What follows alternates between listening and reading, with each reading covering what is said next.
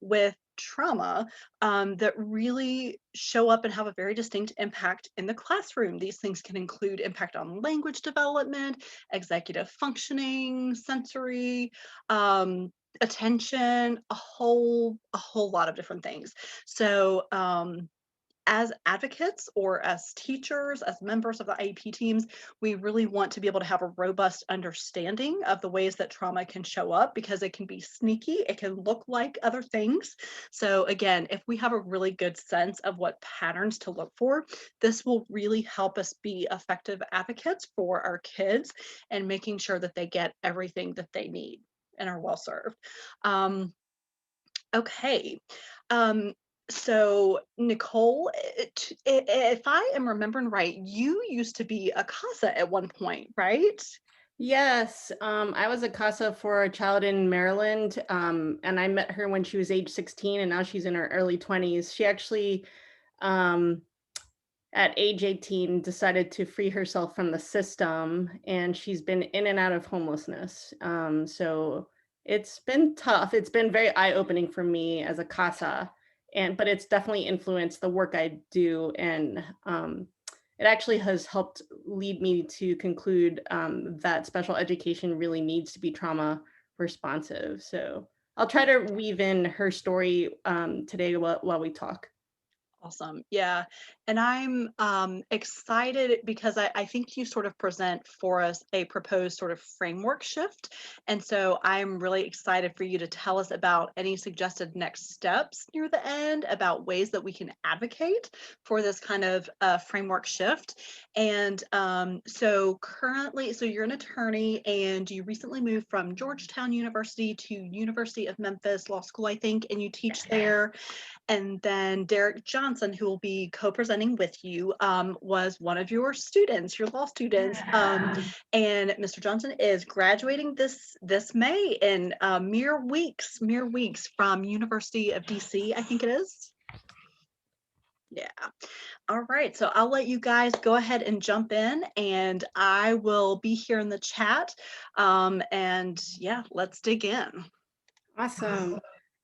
Derek, why don't you introduce yourself? Great. Thank you so much, Christy, for hosting us. And I'm really excited about this presentation. Like you said, I'm Derek Johnson, and we're going to present on how trauma responsive special education would reduce disproportionalities and inequities, I'm sorry. Great. And Derek is so humble, but he is a fantastic advocate, and they're so excited that he's about to become an attorney. I taught him at the University of the District of Columbia Law School, where I directed the Juvenile and Special Education Law Clinic. And I also taught at a medical legal partnership at Georgetown University Law Center. And before that, I was a healthcare attorney and a solo practitioner and worked at a large firm and clerked for a judge. So I've had sort of a windy legal career, and my family and I just moved to Memphis, and I'm an adjunct professor here. So welcome, and thank you so much for attending this this training. And we're so excited that you all are interested in the topic. Especially as this country grapples with not only trauma, but also racial strife. So it's awesome that you're here with us, and we're gonna get started, but feel free to ask questions and jump in. So. Great. So for today, we wanted to have a conversation around how Black children are underserved by the education and special education systems, particularly why special education should become trauma responsive, how to make special education trauma responsive for both children and on a systematic level.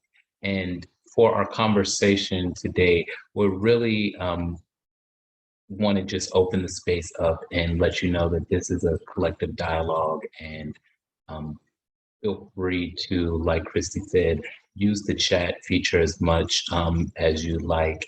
And we're going to have places for intentional conversation. So I look forward to digging in with you all. Awesome. And we are going to be discussing trauma, which I know can be triggering for folks. If you need to take a break, I welcome you to, do so, do whatever you need to take care of yourself. Please eat. I know it's dinner time for most of us, so please do whatever you need to be comfortable and stay with us. Thanks.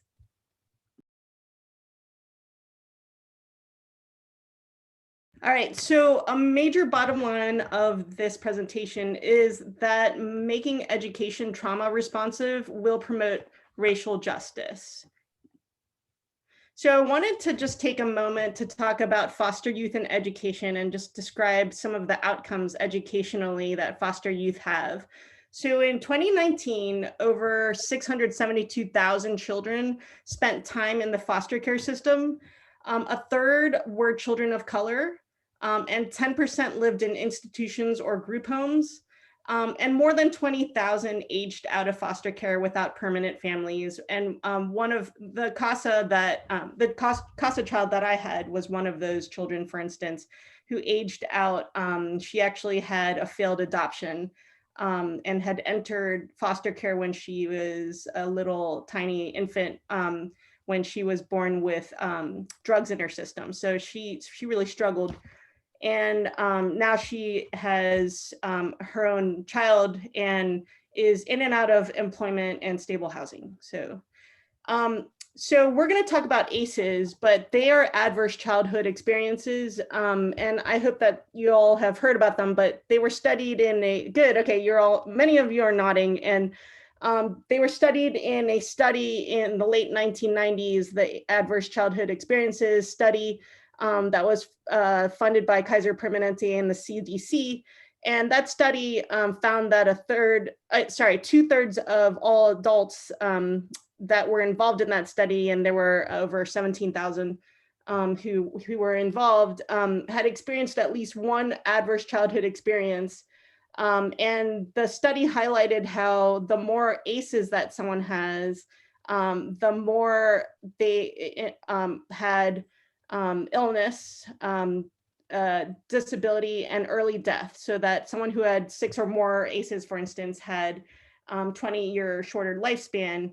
And we'll get into what ACEs are, but they span the ones that were studied in that particular study. There were 10 of them, and the ACEs included physical, mental, or sexual abuse, mental illness and a family member, incarceration of a family member, etc. So they had to do primarily with the domestic ACEs, but we'll talk more generally about how basically any adversity that causes long-term harm can be traumatic. And so anyway, back to foster youth, studies have shown that 3 out of 4 of them have experienced at least 3. So they have a very high ACE score in general.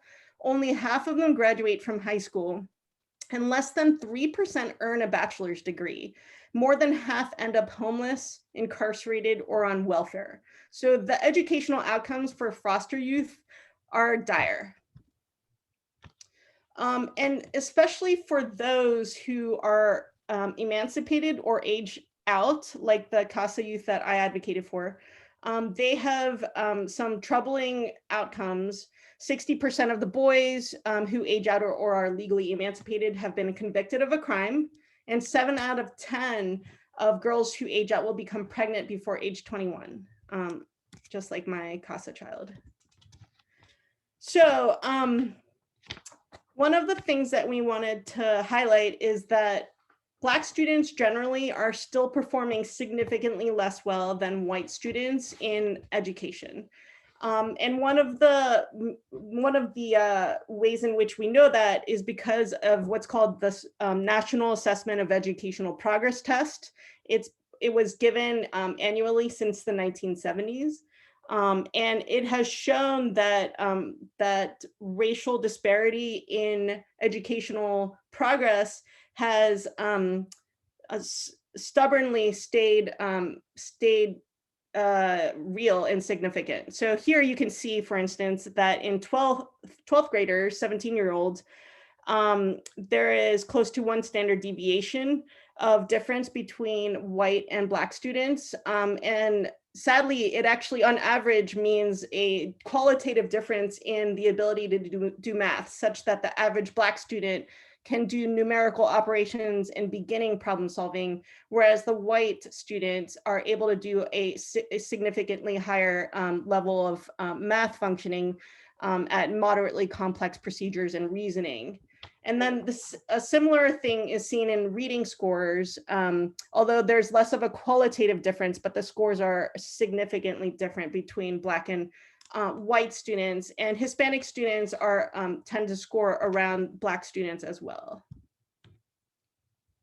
So also we see the differences in educational and well-being in high school graduation rates. So you can see that white students graduate at 10% higher rates than Black students. And in DC in particular, that rate is significantly different. So, and again, Hispanic students tend to graduate at the rate of around the rate of Black students.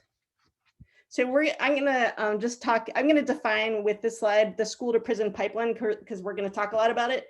It's the school to prison pipeline is the collection of education and public safety policies and practices that push our nation's children out of the classroom and into the streets, the juvenile justice system, or the criminal law system.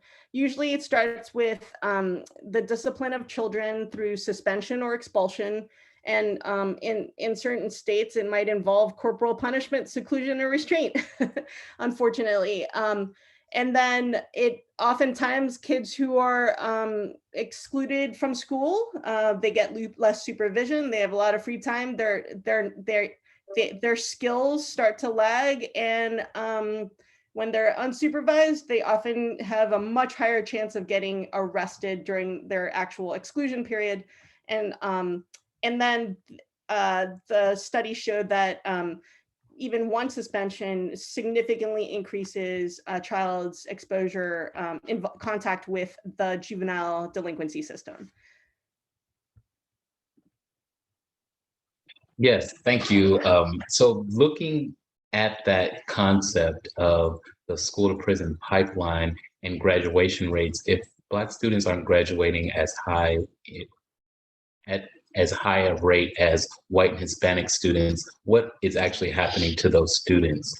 And so the ACLU had data dating back to 2016 that noted that Black students bear the brunt of the school to prison pipeline, and the disciplinary policies of schools disproportionately affect Black students.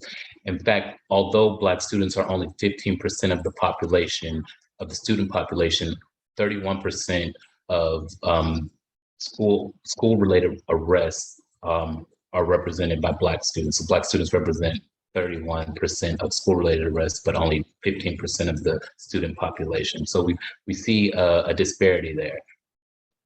And moving forward, we also have data dating back to 2016 that says that Black students on average are suspended. This slide says 3 times, but updated data recently updated says 5 times on average more than white students.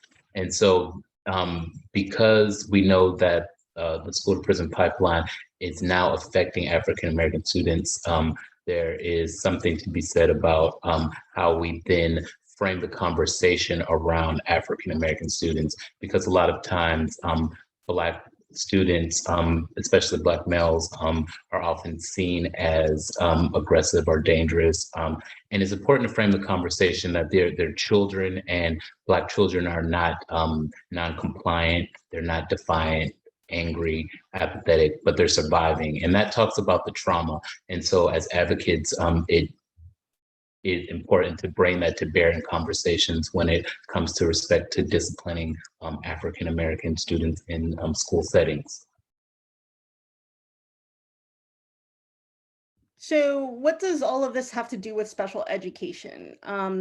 I would not be surprised if the majority of you have CASA youth who have an IEP or have a disability and need special education or Section 504 plan. So hopefully you find what we're going to discuss very relevant. So one the first thing I want to talk about is the purpose of special education. So special education was created, actually the beginning laws of it started in the 1960s, where Congress decided that education should become accessible to all children, even children with disabilities.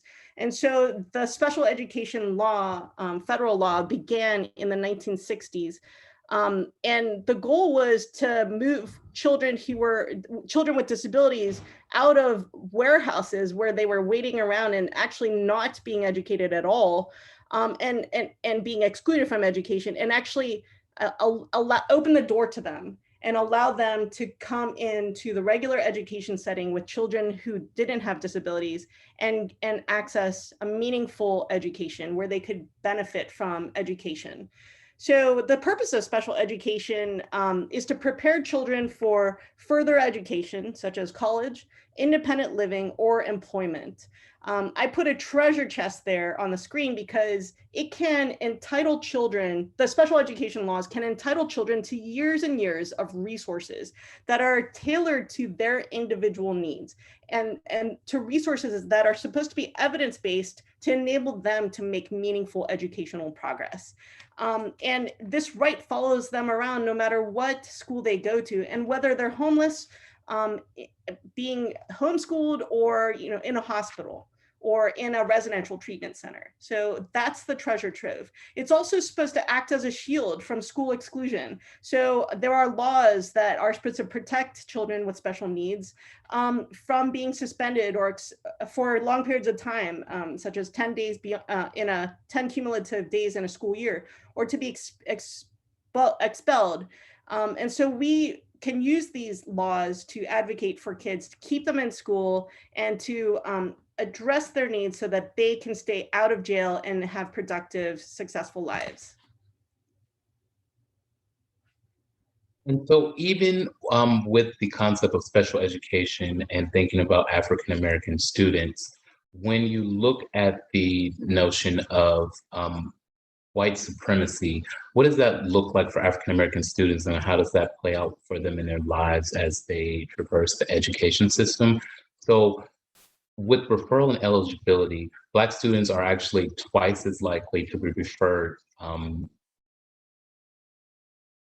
to have special education needs for as emotional disturbance. And the categorization of emotional disturbance in the IDEA is problematic, and we'll discuss that in a little while. But when we look at that categorization of emotional disturbance, it seems to be a catch-all, and students actually don't get the wealth of benefits that they could get. And so that's also because of family involvement. Black families report that they face more obstacles navigating the special education system, including with communication with parents and access to IEPs and the knowledge of special education laws. And so even in the 40% of students who are sometimes misclassified or misidentified as having emotional disturbance, we also find that some African American students don't ever get referred, and that might be an even bigger problem. There was a 2017 report conducted by Paul Morgan, who is a professor of education at Penn State University, and George Farkas, who is a professor of education at the University of California, Irvine. And these two gentlemen conducted a report, and it found that actually teachers may feel more reluctant to refer students or African American students for special education for fear of seeming racist. So even in the 40% that do get identified and classified as emotional disturbance, there seems to be a lot to be said about students who don't get referred, and what that means when the teachers have the ability or objective or subjective ability to refer them, and they're not doing so for fear of being deemed racist.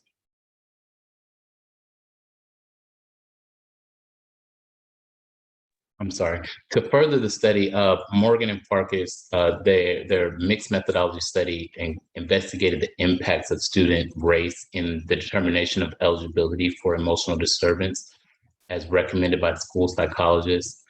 The the idea of the study is that, or the idea that disproportionately high number of Black boys identified as having emotional disturbance disability is a socially accepted norm within the public education system is one of the takeaways.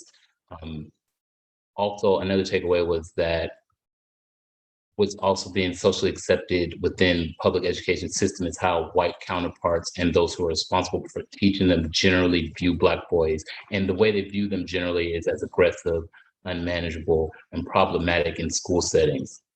And that's not just reflective of Black people, white people, Black teachers, Black educators also have a role in this because that's one could infer that there are socially acceptable norms that Black educators do not aren't able to relate to when it comes to their lower economic counterpart Black students. So it leaves a sense of oppression within our education system that's not solely based on race, but also class. So as Derek was mentioning, emotional disturbance is a disability category that can be used to identify children who need special education. And so in order to get special education, children have to, they have to be evaluated, and they have to be deemed to have to meet a disability category. And the federal law has 13 disability categories, and emotional disturbance is one of them, as you can see. But these categories were created by policymakers, many of whom were lawyers in the 1960s, and they haven't changed since then, despite new research coming out about disabilities, their nature, and health conditions. And also, these disability categories are not evidence-based. In fact, there is no emotional disturbance disorder, for instance, anywhere in the DSM-5, the Diagnostic and Statistics Manual of Mental Disorders, which is the reference manual that the majority of healthcare professionals use to diagnose patients. So I think it's fair to say that they're not evidence-based. Okay, so let's dig into what the law says is emotional disturbance, since so many Black kids have been identified as having this. Yeah, and so emotional disturbance under the IDEA is defined as a condition exhibiting one or more of the following characteristics over a long period of time and to a marked degree that adversely affects a child's educational performance. And particularly, we wanted to highlight B and C because it says an inability to build or maintain satisfactory interpersonal relationships with peers and teachers, and an inappropriate types of behavior or feelings under normal circumstances. And that just brings me to the point of how subjective those definitions can be. Who determines what is satisfactory when it comes to interpersonal relationships, and who determines what inappropriate types of behavior or feelings are under normal circumstances? And those are both subjective because they're influenced by personal feelings, tastes, or opinions. When we look at the critical race theory, in that study that I mentioned earlier, rationales provided by psychologists recommended the classification of emotional disturbance for Black students, but they did not recommend them for white students, their white counterparts. And some of the criteria that they used to recommend the Black students, but not the white students, was the acknowledgement that the student is missing instruction, but still needs the classification. Resources in general education were exhausted, so the student must need the classification. The student's case is complicated, and a chaotic home life justifies the classification. And all of those are ways in which teachers and educators can use to classify, or criteria they can use to classify African American students that are catch-alls that don't actually have evidence, like Professor Tuchin said, evidence-based, but more subjective-based rationales. So one of our takeaways is that Black children are disproportionately labeled emotionally disturbed.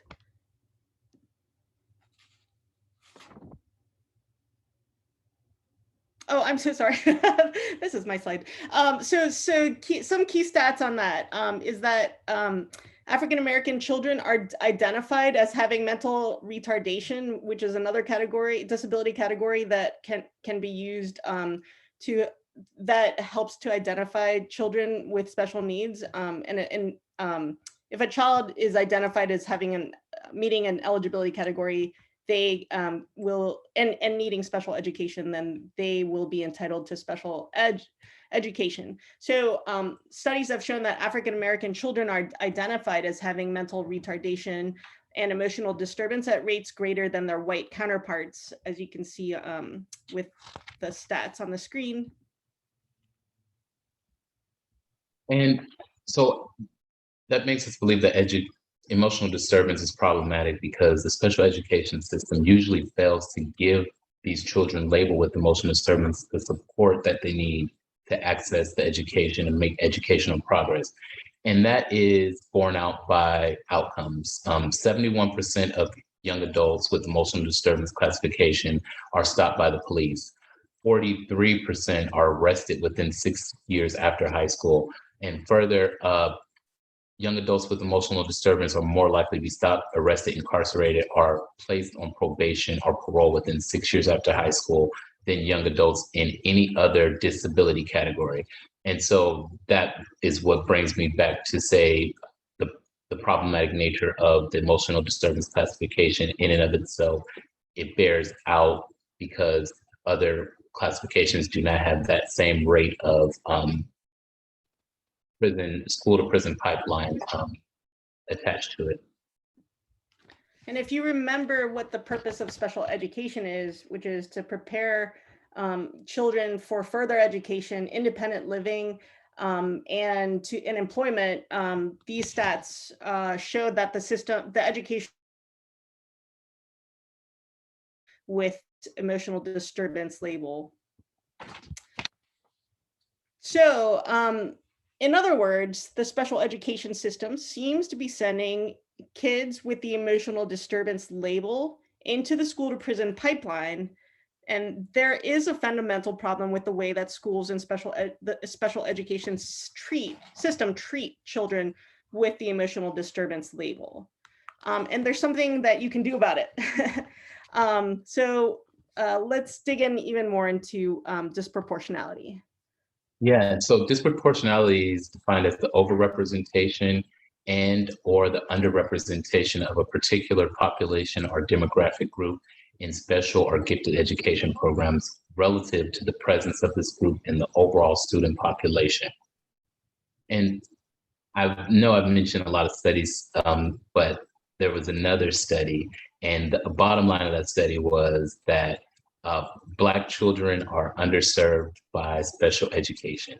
And a group of scholars found that students of color are actually less likely than similar white students to be identified as having disabilities and obtain special education services at schools.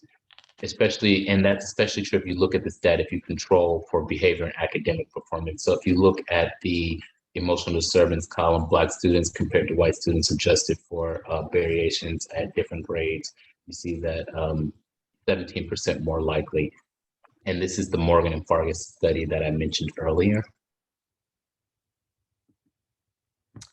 So Black children are underserved by special education right now. They're actually disproportionately less likely than white children to be identified as having disabilities and obtaining special education services at school.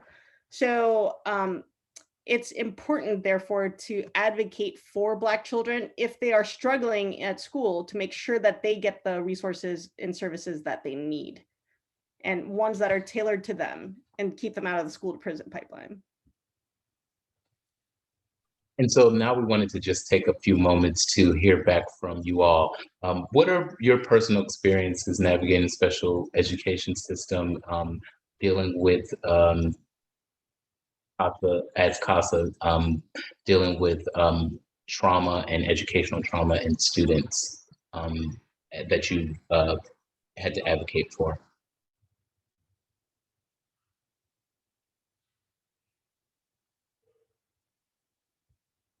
Or we could take this time to answer any questions that may have come up in the chat as well so far.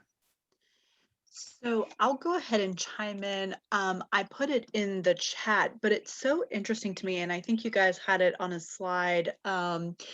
It's really interesting that we sort of have this tension of Black children being over-identified as having an emotional disability, but then also under-identified for appropriate special education services. And yeah, I think what it said, or maybe it's a future slide, that to some extent, I think that may be sort of schools being aware of the trend of maybe at one time over identifying children of color as special ed and trying to like go the opposite direction. But then if children don't get fully assessed, we may be missing some of the, underlying conditions, like maybe some of the behaviors are because there's a massive speech language deficit or other things. But also too, if we don't get them like a 504 or IEP, they may not be able to have access to those expanded resources they need to support some of the issues. And if they don't get the resources, we're still going to be disciplining the behaviors anyway.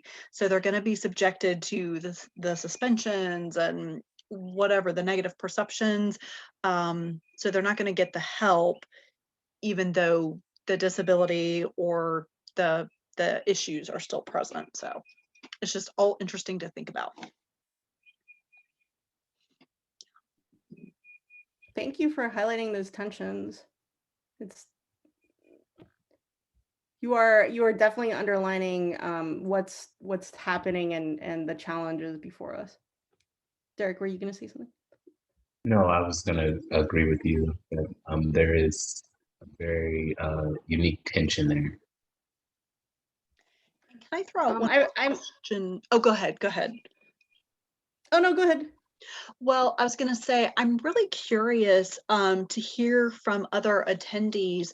So, like I had mentioned in the chat, a lot of times my experience in advocating for our kids, because we know children of trauma do often, have a lot of difficulties with things that can end up under the classification of the emotionally disturbed. But a lot of times my experience has been that schools can be very resistant to that label or that category. There seems to be really strong stigma around it. And yeah, schools a lot of times will say, we don't want the child to have that label. So I'm really intrigued to hear what other people's experience has been with that eligibility category. Have other people found a resistance to it? Have people seen it be used as that catch-all category? If you don't want to unmute yourself and say, go ahead and put it in the chat, because again, it'll be interesting to compare experiences.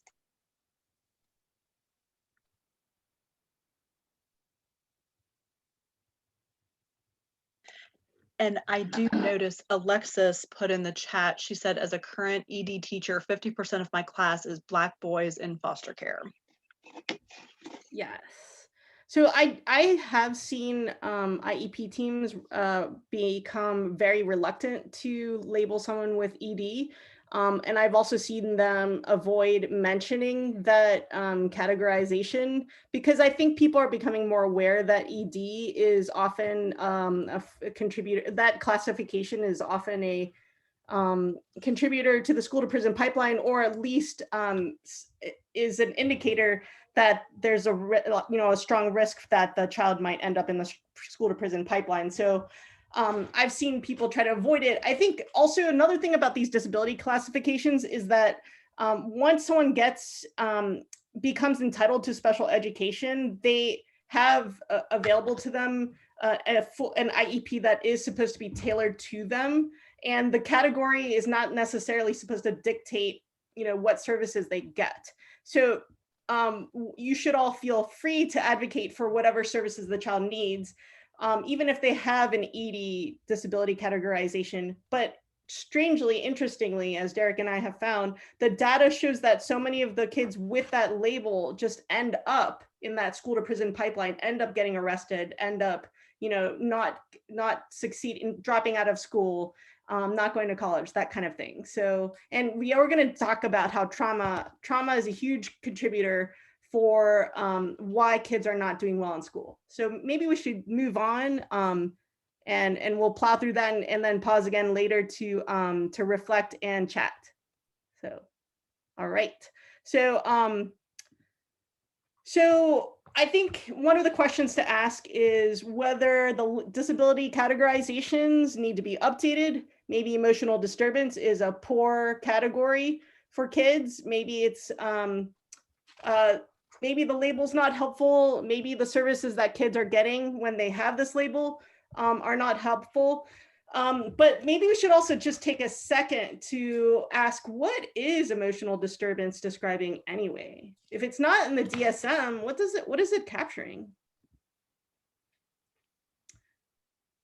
And I would throw out there that it's often capturing trauma and its effects.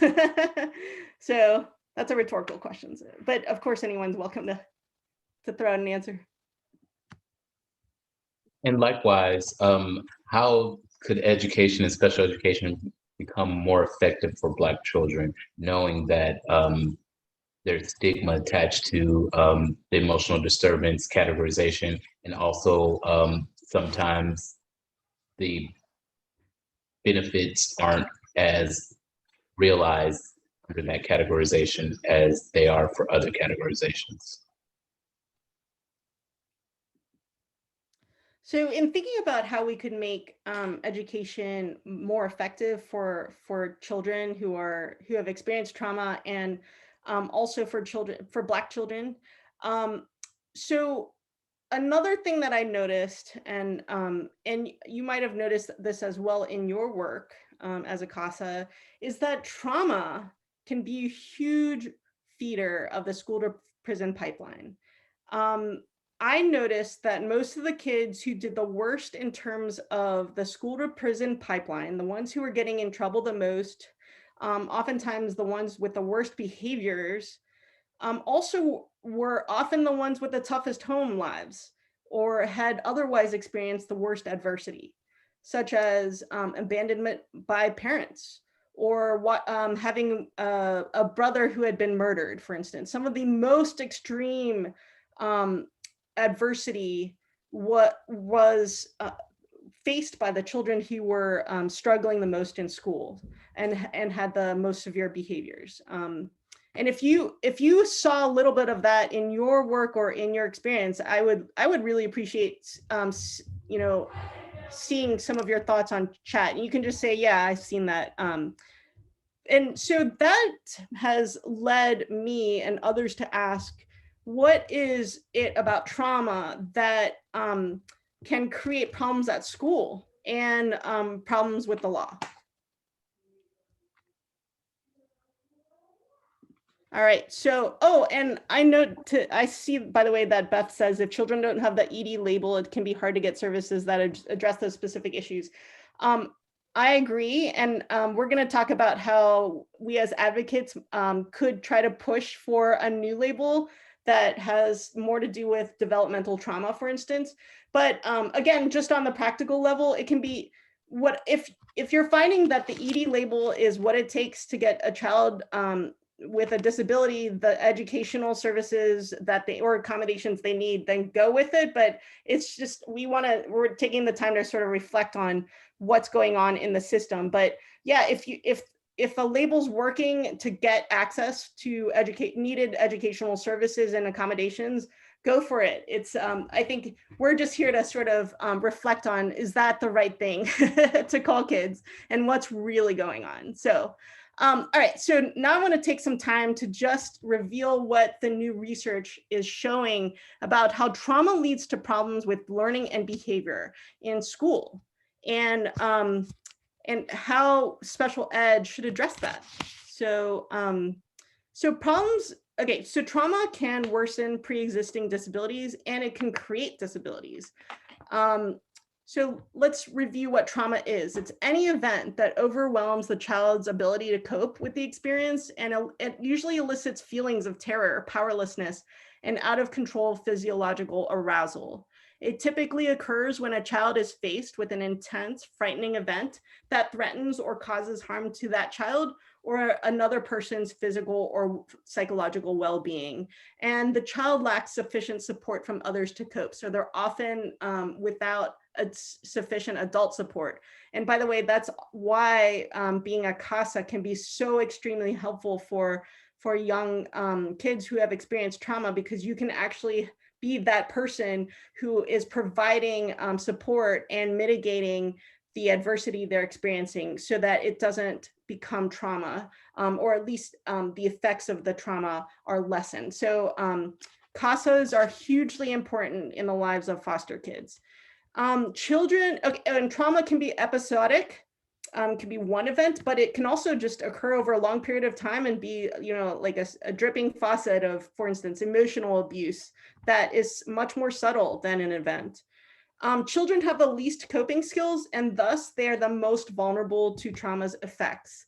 Adversity in any form can be trauma if it causes long-term harm. And so I've listed a number of adversities that can cause long-term harm. And one of them that so many of us are experiencing is COVID-19 death and illness in family members, which is causing the loss and illness, the loss of family members, as well as the illness of family members. And as you might be already aware, COVID-19 has definitely disproportionately impacted African Americans' families, to the point that the rate of death is almost twice the rate of death when you compare rate of death between Black families and white families. So rate of death for individuals. So that's very that's a very difficult adversity that this country is going through. Derek, did you want to add? And there's also something to be said about the compounding of adversities, especially when you look at so many of those Black and Brown communities who were already impoverished and already dealing with things like community violence, and then you top on medical violence through COVID, and you see that adversity in how it plays out is not singular, it's not a monolith. And that goes back to just how people's lives affect, the adversity in their lives affect them in a multitude of ways. And so also including in additional forms of adversity, we have environmental adversity as well. And I see that I think it was earlier, Colin, I'm sorry, mentioned environmental autism and seeing kids that were exhibiting autistic signs and behaviors due to the environment they're in. Yeah, that's a lot of environmental adversity that's not spoken about, especially here, particularly in DC, the lack of green spaces, recreational spaces, blighted housing, poor housing conditions, the climate. So it's very important that we know that trauma informed by adversity is not solely the domestic violence or in-home issues that we once may have thought they were. And also trauma is a lot more common than we realize. Well, I think you're on mute, Professor. Sorry about that. I also want to highlight that structural oppression, such as abuse and viral killings by police, mass incarceration, barriers to voting, inadequate employment and educational opportunities is increasingly being recognized as a form of adversity that can cause trauma. And I want to also just talk about what historic trauma is, which is a trauma that affects large numbers of people at one time, and that has included slavery, the Holocaust. Actually, the pandemic probably qualifies as historic trauma as well. Forced displacement, family detention, are examples. And intergenerational trauma is trauma that's passed through families. And so things that are often hidden, like sexual abuse, can be intergenerational trauma. Just to touch back on the ACEs study, it looks like you all probably heard about it, but just want to highlight that it involved more than 17,000 people, and it studied 10 of the ACEs, 10 of the adversities that we described earlier. And that included physical, emotional, sexual abuse, physical and emotional neglect, and then household dysfunction in the form of mental illness of a family member, incarcerated relative, witnessing mother treated with violence, substance abuse in a family member, or parental separation. And the study found that the more ACEs someone experienced, the more disease, disability, and earlier death that people experienced. So I got a medical degree, and so I can get pretty specific and interested in the impact that trauma has on the body. So that's my area of research. And I found that after the ACEs study in the late 1990s, hundreds of studies have taken place to flesh out the effects of trauma on the body and the mind. And so I want to summarize those effects briefly here. Hundreds of studies have shown that trauma causes toxic stress, the kind of stress that can't turn off easily, because trauma dysregulates and overactivates the stress response system, especially that sympathetic system that creates fight, flight, or freeze. And it causes inflammation in multiple body systems. It changes gene expression, and it leads to health problems and health harming behaviors. And even though it creates health harming behaviors like increased promiscuity and drinking and smoking, the effects on health go beyond what could be explained by merely engaging in health harming behaviors. So toxic stress changes the brain's architecture, especially in children, because their brains are growing, so that the parts of the brain that are responsible for fear, anxiety, and impulsivity overproduce neural connections, whereas the parts of the brain that are needed for school success, that include executive functioning, memory, self-regulation, making decisions, sequential thinking, and language development, are undermined. In fact, there are fewer neural connections that are actually formed when in brains of children who have experienced trauma. In fact, their brain volume is lessened, and their brain volume is detected. They have lesser brain volume in the parts of the brain that are needed for the higher level functioning of the brain that are needed to do well in school. And due to the vulnerability of the developing brain to extreme and chronic stress, children's brains are disproportionately impacted by trauma. Another effect of trauma is that it causes hypersensitivity to threat, because children can be triggered by reminders of trauma, even if they're things that would surprise you, such as loud noises or proximity to an adult, even because the trauma might have involved an adult who was near them. And just reminders like smells, the loudness of cafeterias in the school building can be very triggering for students. And so trauma can cause children to feel threatened by non-threatening stimuli, things that would otherwise be non-threatening had they not experienced the trauma. And when they get triggered by these stimuli, they go into a fight, flight, or freeze mode. And that fight, flight, or freeze mode is not the mode that engages the higher parts of the brain and enable children to learn best. It engages the lower parts of the brain to prepare children to protect themselves for the sake of survival. Also, trauma impairs sensory processing and language problems. So in other words, trauma impairs success at school. It impairs learning. because it impairs executive functioning, memory, language development, and sensory processing. And it undermines behavior because it increases impulsivity and hypersensitivity to threat. It impairs logical and sequential thinking. So I know that adults always want kids to think about the consequences of their actions, but trauma undermines their ability to do so.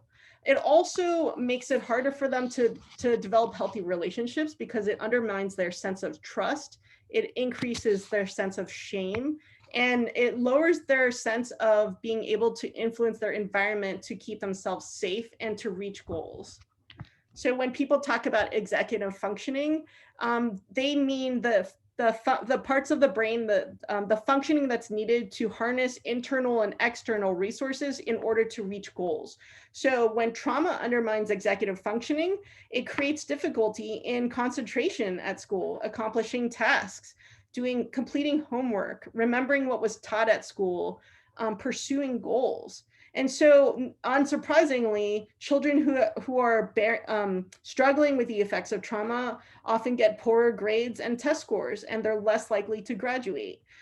Also, the executive functioning impairments can cause impulse control behaviors, control problems that cause children to get in trouble at school and have higher rates of suspension and expulsion, and their likelihood of being incarcerated increases too.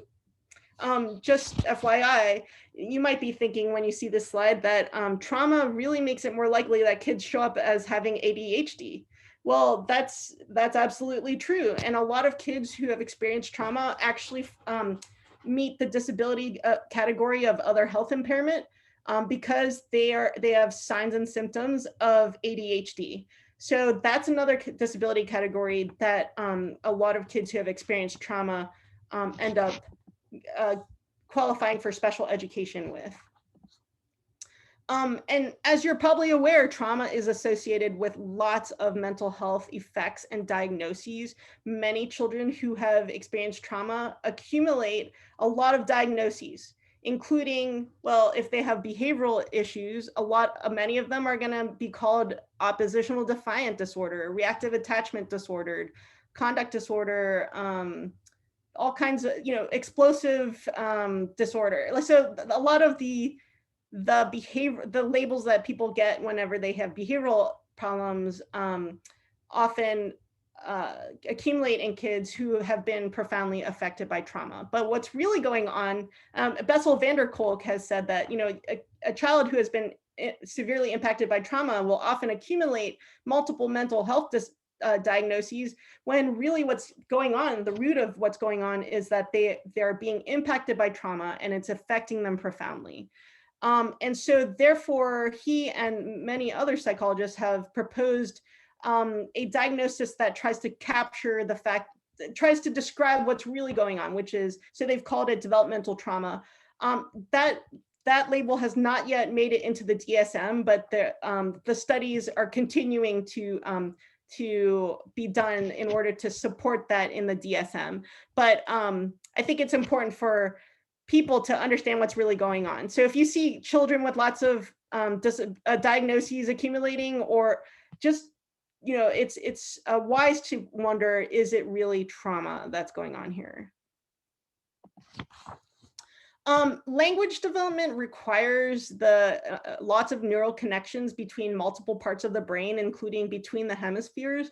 And because trauma undermines the neural connectivity of the brain, unsurprisingly, trauma impairs language development. So don't be surprised if a child that you're helping needs speech and language assessment, or needs speech and language support, because traumatized kids have been found to often have less developed verbal skills than nonverbal reasoning skills. And also, another impact of trauma is that many children who have been impacted by trauma have difficulty using their words to express their emotions and to identify what their bodies are going through. And therefore, because they are having this difficulty expressing themselves verbally, they're acting out behaviorally their feelings. And so, the impact of language development impacts behavior.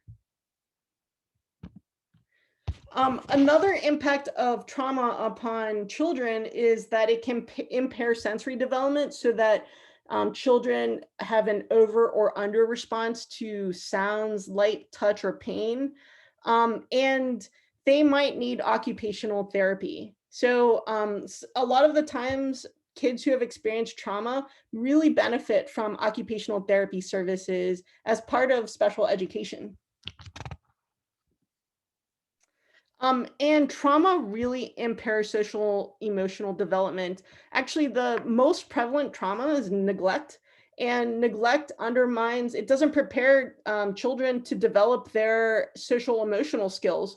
And so social emotional learning and support is really necessary for children who have experienced trauma, who often are unable to regulate their emotions, and in particular, they are likely to feel unsafe, especially in school. And so if they're feeling unsafe, their fight or flight freeze response will often result in behavioral issues that are not thinking. They might have sort of reactions at school because they're feeling unsafe, and because they have trouble trusting others. They also might be misinterpreting social cues, and that all can be the perfect storm for having them be engaged and have behavioral problems. Also, trauma can undermine the development of compassion and empathy, and promote a negative view of oneself and the world. So this is why special education in particular can be tailored to support children's social emotional learning and development. And for foster kids, developmental delays are often common because the trauma can just take a toll on so many systems of development, and so many bodily systems, including cognitive development and the development of motor skills, sensory development, and the regulation of emotions and behavior. So don't be surprised if you see that that there's a lot of developmental delay occurring in children who have experienced trauma. There have been studies, and I'm going to highlight this one, that showed that trauma really leads to academic and behavioral problems. In 2010, in Spokane, Washington, there was a study of the effects of childhood trauma on 10 elementary schools in Washington.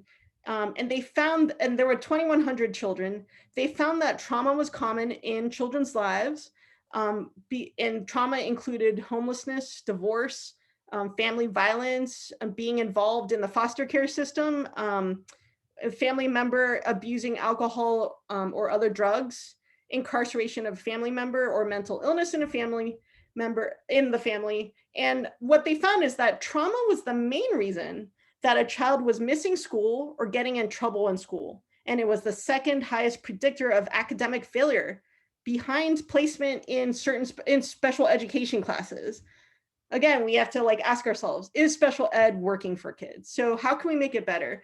And the stressors, and the more stressors that a kid had in these studies, the more likely the child was to have poor grades, poor attendance, severe behavior problems, and poor health. The same study also showed that when the more ACEs a child had, the more likely they were to be missing school and have truancy problems, or being suspended for behavioral problems.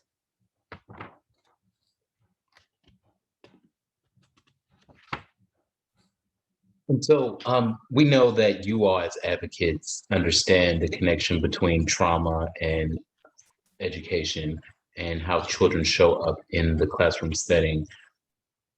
However, sometimes it's not as easy for institutions and structural changes to happen so quickly. So how are you all navigating and how's trauma showing up in your work, and how do you all navigate that, understanding that sometimes the institutions and school districts are slower to change policies than the times that we live in?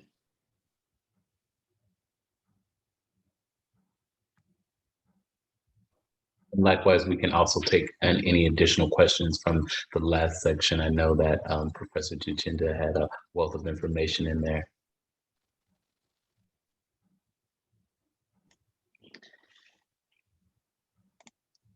I realize that it might be hard to speak up when there's a lot of participants, but please don't hesitate to do so.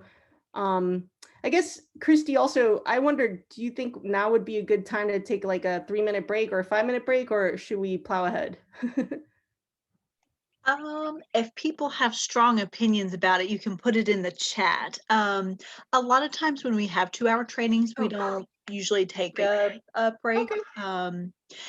And just to respond to the question you had thrown out, Derek, I feel like, again, it seems to me like more and more school systems and disciplines are at least being exposed to the idea of trauma, even if they haven't had a chance to do a deep dive yet. But I feel like there are still a lot of opportunities for education when we're, at the table advocating for our child, to really be educating about the role that trauma is playing, impacting them, and also to get really creative and thinking about ways that we can address the child's needs. I feel like for a lot of the kids on my caseload, the number one thing they need in order to feel safe at school and really progress, they need to be tightly sewed into supportive, warm relationships with the grown-ups at school.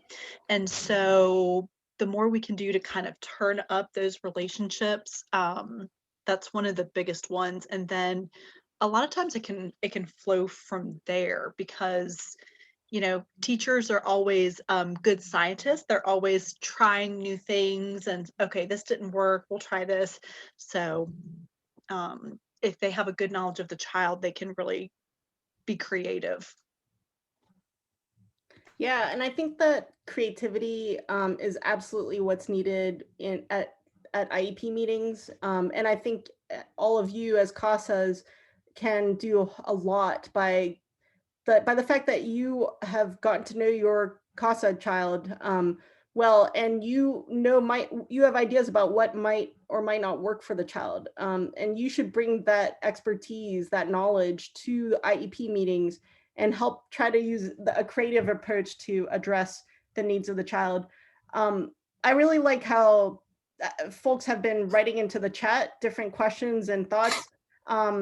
So music therapy, occupational therapy, there's so many ways in which the people in the special ed realm can be of service to children who have experienced trauma. Occupational therapists, for instance, are skilled at helping. They have skills for helping children to feel safer at school and for reducing the stress that children feel at school. Also, many of the special education providers at school can be the safe person that a child can go to when they're feeling stressed at school or triggered or need a place to de-escalate. So why isn't trauma training required in schools? I agree. I think it should be required. I know that DC has started a lot of professional development trainings on trauma, and I am hoping that wherever you are, that there are lots of trainings becoming available as well. And I really hope that you all will advocate for that kind of resource in the community, because the more that people know about the importance of trauma-specific training, the better that our kids are going to do, in my opinion. Yeah, Diane. Yeah, I had an interesting case in the way trauma presented, in that a kindergarten girl, from the moment she was picked up by the social services and told, well, you won't be going home tonight, mom and dad are, needing to deal with some of their problems, she never shed a tear. And she just adapted into the foster care home with what appeared to be remarkable ease. And I must say that the caseworker thought, oh, it's, she's doing fine. And I kept, our position in our CASA group is any child who's is in foster care, the presumption begins with trauma. If nothing else, they just got removed from their home and the child has had trauma. And so I kept advocating for therapy for the girl, the 5-year-old, and they did begin a play therapy which began to reveal some things and opened up for this family a attachment evaluation, which then led to a circle of security plan, which has transformed what for me had been a dubious outcome into, we're now at 2+ years, and all of us are prepared to go to court next month and ask for 6 more months to allow phase 5 to truly manifest in this family, because it's made such a difference. And so I had never heard of attachment therapy and circle of security. So it's been a really educational process for everybody involved. That's amazing. This circle of security, so was not a resource for me when I was a CASA, or at least I didn't know about it. And I think that would have made a huge difference. I wish that I had been much more trauma informed when I started being a CASA. So can you say a few words about how you got the circle of security involved?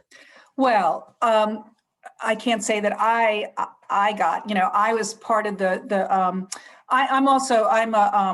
I'm a lawyer. I don't practice family law, but I do volunteer work for CASA. So I've got the personality of a advocate, and kept pushing. And when there were such big disconnects between the family and the children, actually the social worker began to pursue the funding. I mean, of course, these things are really expensive, and began to pursue the application of funding through social services to allow the initial evaluation. First, they had a psychological evaluation, which revealed a lot of borderline issues.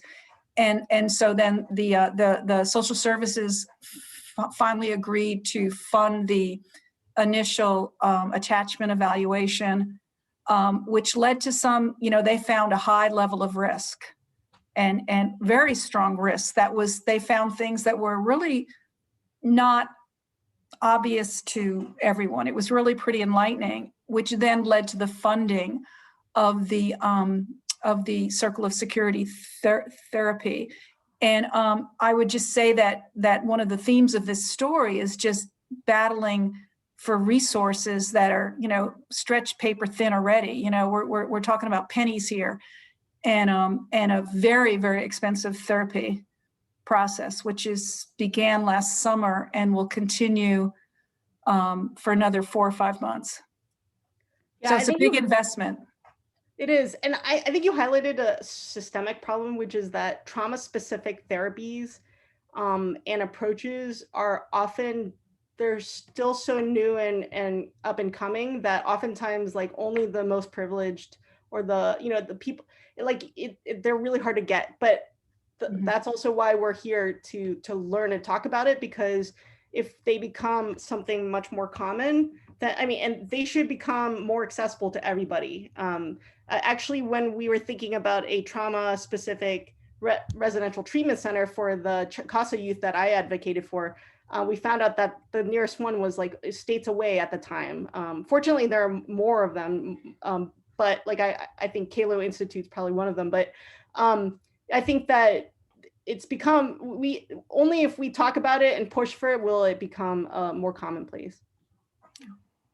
Thanks. Okay, I think we probably should move on. And I really appreciate everyone's comments. This is so great what everyone's saying. Is that cool, Derek? Oh, yes.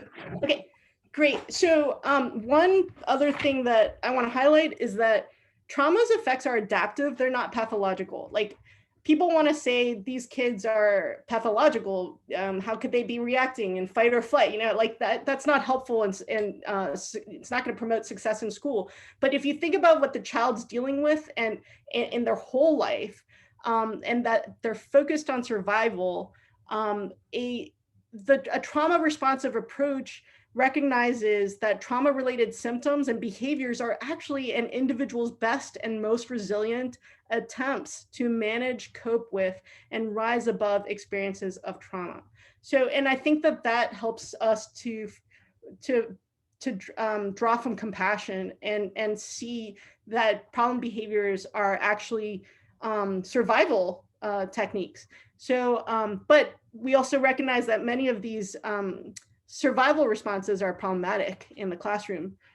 And so by survival techniques, I think about, the hypervigilance, the paying lots of attention to sensory input, the things around oneself, rather than, the thing that's the teacher wants you to pay attention to. The quick action, fight, freeze, or flight response, being triggered, lower brain thinking, that's all adaptive to promote survival. But using the trauma-informed lens shifts us from thinking, what's wrong with this kid, to how can we help, what happened to them? Okay, so I'll just try to briefly touch upon how trauma's effects are often misinterpreted by schools. So sometimes children who have experienced trauma show up as disrespectful or disruptive at school, when actually what's going on is that they're probably triggered and they might be in fight or flight mode. They might be dysregulated and kind of stuck in this dysregulated emotional state. They might be feeling anxious or unsafe. They're really in a survival state, not able to process all of what's going on. And they might be in sensory overload or filled with fear or shame about making a mistake. And showing up in a way that educators might not understand.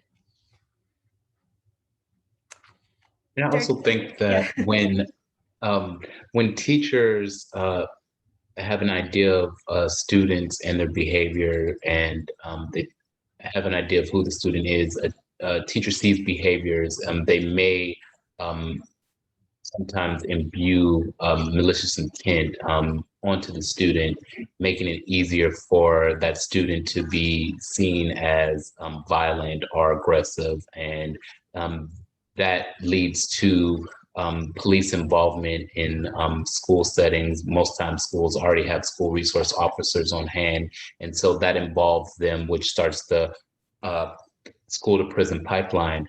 However, sometimes educators might think that a child intentionally hurt another student or acted with intent or forethought. But sometimes the child is just triggered and in fight or flight mode. And so the child is acting without thinking, they're dysregulated, and they're in a survival state of mind. And so that has, knowing that has implications for how we as advocates show up for them and advocate for them in such instances. And if you can imagine what if a child's triggered in a fight or flight mode, if adults put their hands on them with restraint, or isolate them with seclusion, or in states like the one I'm in, use corporal punishment, it just makes things worse, and it's further traumatizing. So hopefully no one's putting seclusion or restraint on IEPs as in an effort to avoid further traumatizing children at school. All right, so one last highlight on this, how trauma feeds a school to prison pipeline. Data shows that that 93% of juvenile offenders report at least one ACE, and the average that was in a particular study in Florida was 6 ACEs.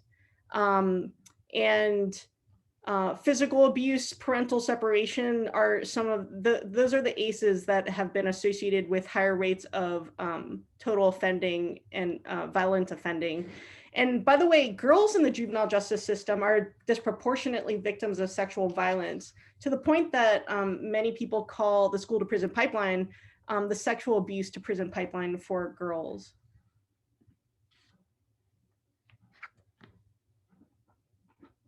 So, but there's hope. And I know that I think everyone wanted to get to the, what can we do about this? So here, let's talk about how trauma can be healed in school and through special education. So generally, trauma's effects are not necessarily permanent, and there's growing research on post-traumatic growth and healing. And the fact that if you help promote healing, children respond with better learning, better behavior, and improved relationships. And we have learned that when children have experienced trauma, then responses to the effects of trauma have to be trauma specific and evidence-based. So there are trauma specific therapies out there. So children at school who are getting quote behavioral support services ideally would be getting services that are trauma specific and trauma responsive. And by the way, don't forget about the resource of health insurance in getting wraparound services to children who have experienced trauma. Because if a school is pushing hard back against traumas, against providing trauma-specific therapy at school, please draw upon Medicaid or other health insurance that might be able to provide it. Also, it's so important to create an environment at school that prioritizes physical and emotional safety. And that includes defending children from suspension and expulsions, and helping them to develop trusting, caring relationships with the people who are there. So for instance, when on an IEP or on a safety plan or a 504 plan, if a child gets escalated, plan for that. Try to plan for what happens if this child gets triggered. Who can they go to who they trust and who they know care about them and accept them, ideally unconditionally? Can that person become available when they are escalated, and who can help be their friend and help show compassion so that they calm down and are able to regulate their emotions? It's also super important, especially for the kids who are having problematic behavior, to ensure that they have a sense of belonging and feel accepted and included at school. There are so many children that we have advocated for, including Derek, who at school are basically told that they're troublemakers and that no one wants them around anymore because they're disruptive and frustrating to people. And they often feel unwanted. And it's that feeling that actually can be so triggering and make them actually do worse and feel even more disconnected at school. So skills in de-escalation and emotional regulation are a priority, and they can become goals in IEPs. You can create specific goals about emotional regulation and decreasing impulsivity. And it's so important that the environment provide unconditional positive regard and support, no matter what the child is doing behaviorally and academically. And in terms of avoiding harsh punishments, not only does that apply to like corporal punishment, seclusion and restraint, but also out of school suspension. Exclusion itself can be very, further traumatizing, but trying to keep kids at school and building their relationships is the way to go instead. Yeah, and as we know, all this is important because schools should be a place of solace and healing. And in fact, there is a gentleman by the name of Basil Vanderkolk that Professor Chinda mentioned earlier. He's a trauma expert, and he wrote this wonderful book. I don't know if you can see it because of my background, but it's called The Body Keeps the Score. And I just wanted to read you a really quick review. It says, Vanderkolk has written a fascinating and empowering book about trauma and its effects. He uses modern neuroscience to demonstrate that trauma physically affects the brain and body, causing anxiety, rage, and the inability to concentrate. And so ultimately, the book comes to the conclusion that trauma-responsive education is the greatest hope for traumatized children. And that's why we are here speaking with you today.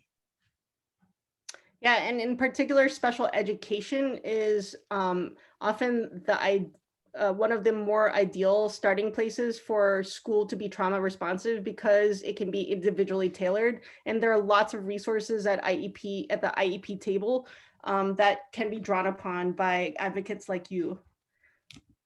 All right, so you might wonder, well, does the special education law require special education to be trauma responsive? And I think the answer is yes. Let me just show you why.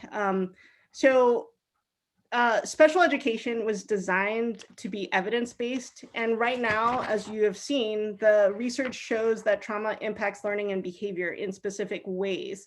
And it's evidence-based to address the trauma to improve learning and behavior.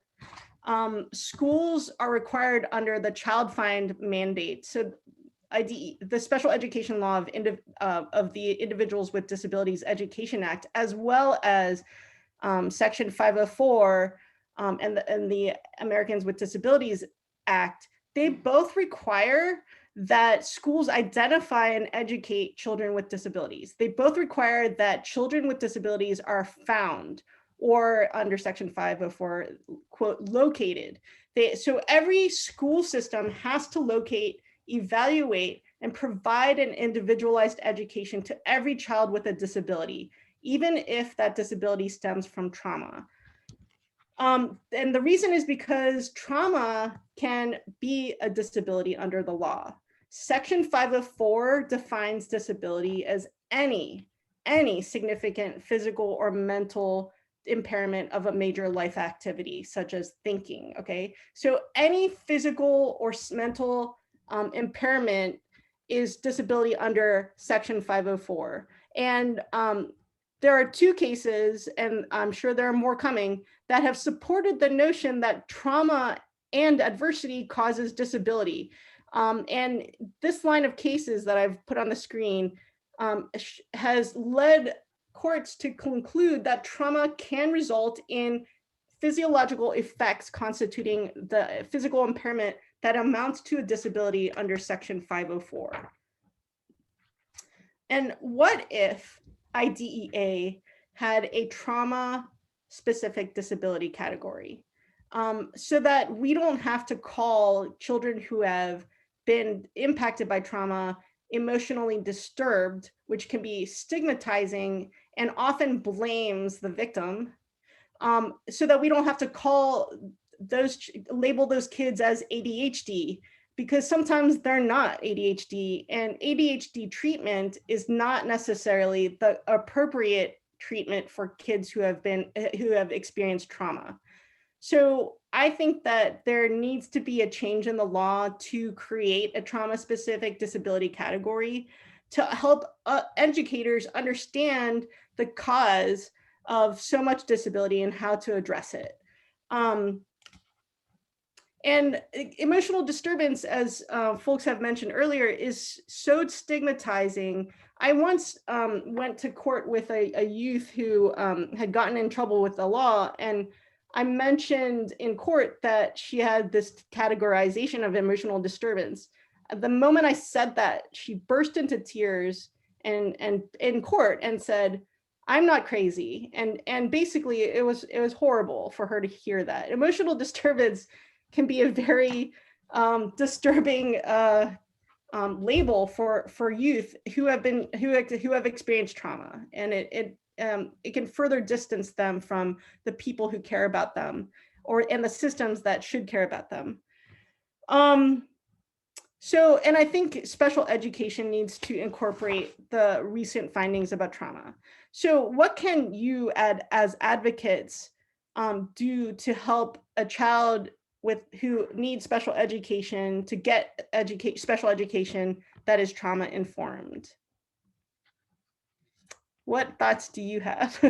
And Derek, I'm sorry. Oh, no, you're fine. I also think very crucial to this question is the notion that you brought up of, for particular students, the idea that you have recognized and identify a person who is able to de-escalate is pretty key.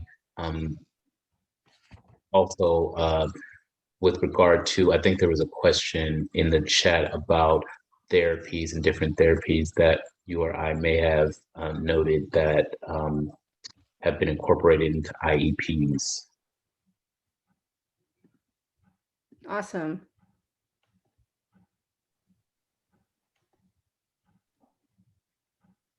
And this is also a open question to anyone who may want to mention anything they have seen in terms of therapies into the chat as well.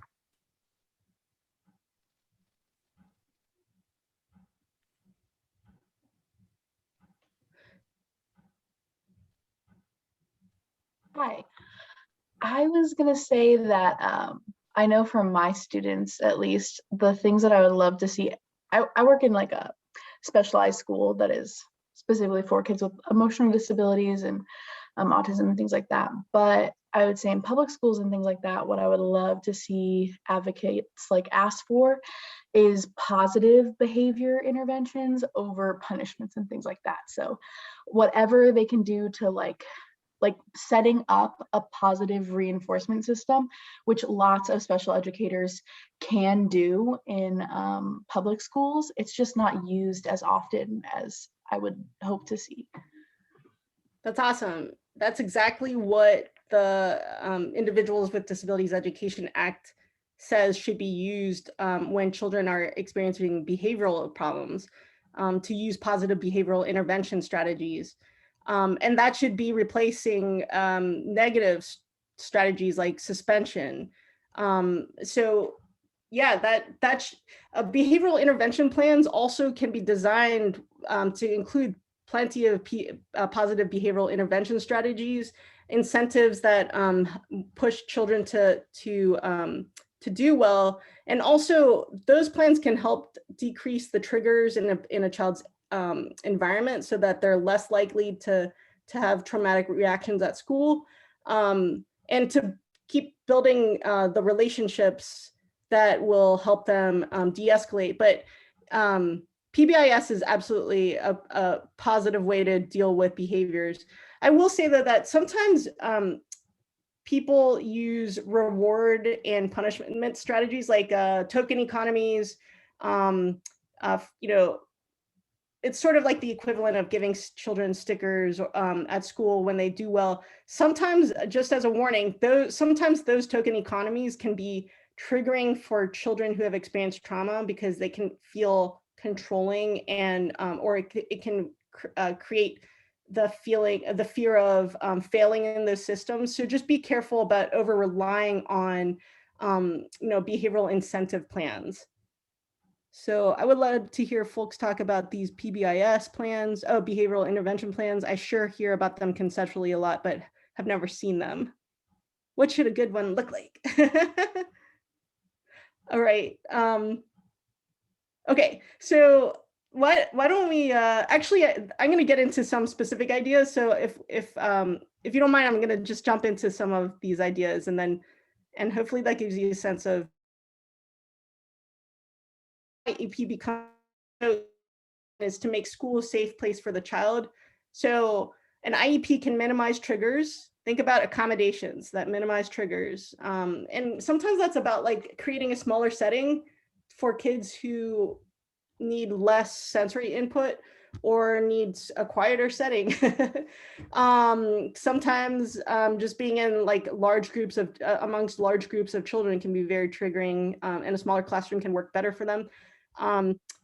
Identifying a safe place and a safe place staff person to go to when they're feeling triggered is a useful tool. Helping the child to feel supported rather than targeted by the school. We literally created an IEP for a child who kept getting suspended because whenever he would be confronted by a teacher for not bringing paper and pen to class, he would walk away from that person because he didn't want to escalate. He was trying to actually self-regulate. And our IEP said, speak to this child in low tones and don't accuse this person, avoid blame, and allow the child to walk away from you. And so like just thinking about the times when children hit crises and finding ways to suddenly diffuse that situation and help create safety around the person and to feel supported rather than punished and targeted is the way to go. Think and get very concrete, think about what are the problem scenarios. Like, is it when the kid walks away? I had a child who he was walking up the stairs and a teacher kept saying, walk on this side of the stairs and pull up your pants, pull up your pants, pull up your pants. By the time he got to the top step, he was ready to fight, because that was super triggering for him. And the sad thing is that the school kind of responded to all of that with, oh no, we're just going to leave him, and we're going to bring people who are bigger, because they got scared, and so they brought, like the school resource officer. Anyway, it all escalated. So find a way to support this child when they're triggered, rather than target them or, prepare them for a fight. Think about how they're entering flight freeze, and find a way to address that so that they can feel safe again. Avoid morally judging the child. I know that's hard to do because it's sort of out of your control, but if you happen to be like in a manifestation determination review, in one of those meetings that occur after your child is proposed to be suspended, and they're trying to suspend the child, and it's an IEP meeting where you can describe how their behavior is a manifestation of their disability, try to talk about how trauma affects them and triggered them, and help them realize that the child might not be doing anything intentional, and instead they might be having automatic lower brain reactions out of fear, and this out of entering the fight, flight, or freeze mode. Because that child is not trying to be malevolent. Oftentimes they're not thinking about consequence because they're thinking about survival, and they're in that fight, flight, or freeze mode. Build a child's relationships and sense of belonging at school. So honestly, behavioral intervention plans can be about that. If they're having behaviors, who can they talk to? Who can they process things with and de-escalate and regulate their emotions with? Who's going to help them feel like they belong? And what steps can you take to help them feel belonging? Maybe they need to have a role, a leadership role, or some sort of task at school when that they're getting that they're in a problem spot, where they're going to help play a helping role. Like, for instance, if time in the cafeteria is a difficult time for them, maybe you need to have a teacher have lunch with them occasionally, or they need to play a role where they're going to be helping helping in that space rather than getting triggered. So like to help them focus on something else. So also helping children to take breaks, is really helpful. Sometimes you can write into the IEP like signals that a child can give when they need to take a break. And if it can be a discrete signal, like a wave or a certain signal that and the teacher understands it, then that can be very helpful for them in a non-stigmatizing way. FBAs and BIPs can address triggered behaviors. And so we've talked about de-escalations, trying to avoid triggers, and trying to help the child to connect with someone who's going to help them self-regulate or co-regulate. It's Spore Leader. If you've ever watched the movie Paper Tigers, there's a lot of demonstration of how to do it. Yeah, I see Kathleen doing a thumbs up. But like the principal in Paper Tigers, so this principal created trauma responsive school in Washington State. And you can just see that, like, and he has a book. It's called The Trauma Informed School. And by the way, I'm going to give you a list of resources, but he basically says, become their friend. Just hang out with them. If they're upset, just talk to them like a friend would. And it seems very commonsensical, like, to describe it like that, but I love how he just describes it like that. And if you just show compassion and understanding, it's often what they need to regulate again. So, okay, and then explicitly ask for trauma-informed therapy and services. And don't forget that, like, related services can include parental coaching or, and coaching for parents, or to learn about disabilities or the effects of trauma.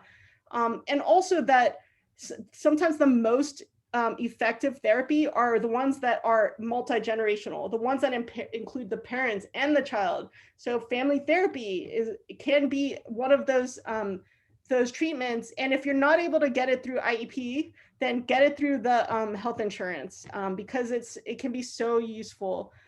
And then also a school can, you can ask a school to become more trauma informed. The school that Spore Leader created actually has classes that teach about the effects of trauma on the brain and teaches about self-regulation. Ask the school to train their teachers about trauma, making schools more trauma responsive. There are curricula out there to teach about like what it means to flip one's lid and become triggered at school. Let me see. Oh, and by the way, so cognitive behavioral interventions for trauma in schools, CBITS, cognitive behavioral interventions for trauma in schools. It's CBITS. That's a evidence-based trauma-specific therapy for kids at school. Let me see. Oh, and home visits can sometimes be an extremely helpful tool to build the relationship between teachers and parents, and help the child feel a sense of belonging. Although I will say that sometimes home visits can, so it has to be carefully done. And I do think that some families feel a little bit like they're being monitored whenever educators visit their homes. So just keep that in mind, that it has to be carefully done. Annual goals should aim to build skills in self-regulation, healthy relationships, executive functioning, and self-advocacy. So many times kids have IEPs that are really academic focused. Just remember, the social emotional learning goals are so important to have as annual goals. Also, giving a child, asking for a mentor or a peer mentor, an adult or peer mentor can help that child to feel belonging at school and to build those healthy relationships. Even dedicated aides who are trained in de-escalation and who can really build a strong rapport with a child can create that strong safe relationship that kids need. And then don't forget about occupational therapy and speech and language services, because there are so many experts at an IEP meeting who can really show, oftentimes they want to show like the breadth of their skills and how they can help kids who have experienced trauma. And I know that occupational therapists at IEP meetings have been like, oh, I've been waiting to like help out because I'm trained, because many of them are trained in trauma specific interventions. So, and I have a lot of other ideas. They're in my article that I published in the New York University Law Review. It's called The Imperative for Trauma Responsive Special Education. So please read there. And then I'm also going to give you resources so that you can even read more if you want even more specific ideas. All right, Derek, this is you. Oh, you're on mute. Thank you. And so when we look at the idea of minimizing triggers, what actually do we mean by triggers? Usually they come in many forms and specific to individuals, but feeling attacked or feeling unheard is a big one. People being spoken to in certain tones, yelled at by authority figures, like Professor Tichenda mentioned in one of her IPs, speaking in lower tones was important and key to that specific student. Oftentimes bullying and not being treated equitably, or what the student deems as equitably, has been reason for triggering emotional responses from children, including and not limiting to also social isolation, seclusion, restraints. A lot of times, student resource officers, just the physical presence of officers, many of whom have guns and have certain reputations in schools, have been a trigger for students, especially ones who live in communities who have disproportionate amount of policing and police violence in those communities. And then the idea of microaggressions and being policed, like Professor Chishinda mentioned a student walking up the steps, constantly being told to pull up his pants. That's not just a statement to pull up your pants, but the pulling up the pants hold a different meaning. So that's a type of microaggression that it would be hard for a child to quantify, but something that would easily trigger them. Um, the witnessing of violence, metal detectors in schools, and environmental racism and are also big triggers, thinking about the locations of where particular schools are and how students have to get there and what they have to deal with once they're in the building, yeah, are all big triggers for students. And the next slide. Yeah, I'm sorry. Evidence-based, and I think Professor Chinda mentioned these, but evidence-based trauma-specific interventions include cognitive behavior intervention for trauma in schools, so CBITS, support for students exposed to trauma, ESSET, and then like Professor mentioned, child-parent psychotherapy for both the child and the parent. That is something that can be written into the IP, but also something that can be uh, resources that can be found outside through using insurance. And so that just brings us to how can we move together forward together as you all advocate for students. How do we help Black students obtain special education and related services if needed? And just thinking about our fuller discussion with the idea of changing labels, is that one of the solutions that we can look to try to spark a change with regard to the need for trauma responsive and trauma informed advocacy? I think today's super important because we're willing, and you all are willing to openly have a dialogue about this. It's not something that has traditionally been spoken about, and especially coming from advocates, people who are actually in the trenches doing the work every day. So all other solutions, including empowering parents to ask for special education evaluations and making normalizing talking about trauma, I think could be a big solution. It's something everyone sweeps under the rug and is not comfortable speaking about trauma, but as we begin to normalize it, that helps to expand people's access and knowledge about the fact that trauma does play a big role in the effect of students and how they obtain an education.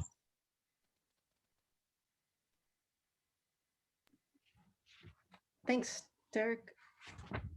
I just wanted to point out that, students are primed to learn when they feel safe, connected, and supported at school.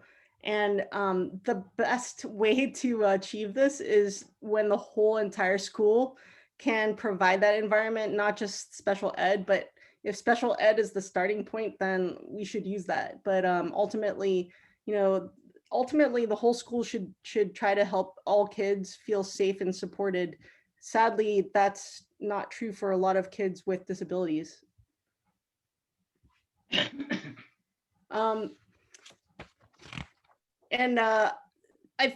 This slide is mainly to just highlight that there's systemic change that is needed. Obviously, we need more trauma responsive services school-wide and community-wide. And a lot of you, are asking, well, where can we find CBITs? Well, they're obviously available somewhere, but I've asked for it, but I haven't yet been able to get a school to provide that specific thing, but it's, the evidence supports it. So I think the more we ask for these things, the more they become available. We need to prioritize educating everyone about trauma and how to address it. Stop suspending or expelling children, because a lot of, exclusion doesn't teach them necessarily anything. Kids actually need to stay in school and to feel supported. So I'm appreciative that that the law in DC has now prevented the long-term suspension of children. Also, replacing cops in schools with counselors. There are just so many schools without social workers, and the ratio of student to social worker is just horrendous. So we need to beef up mental health supports for children in schools, and school seclusion and restraint and corporal punishment.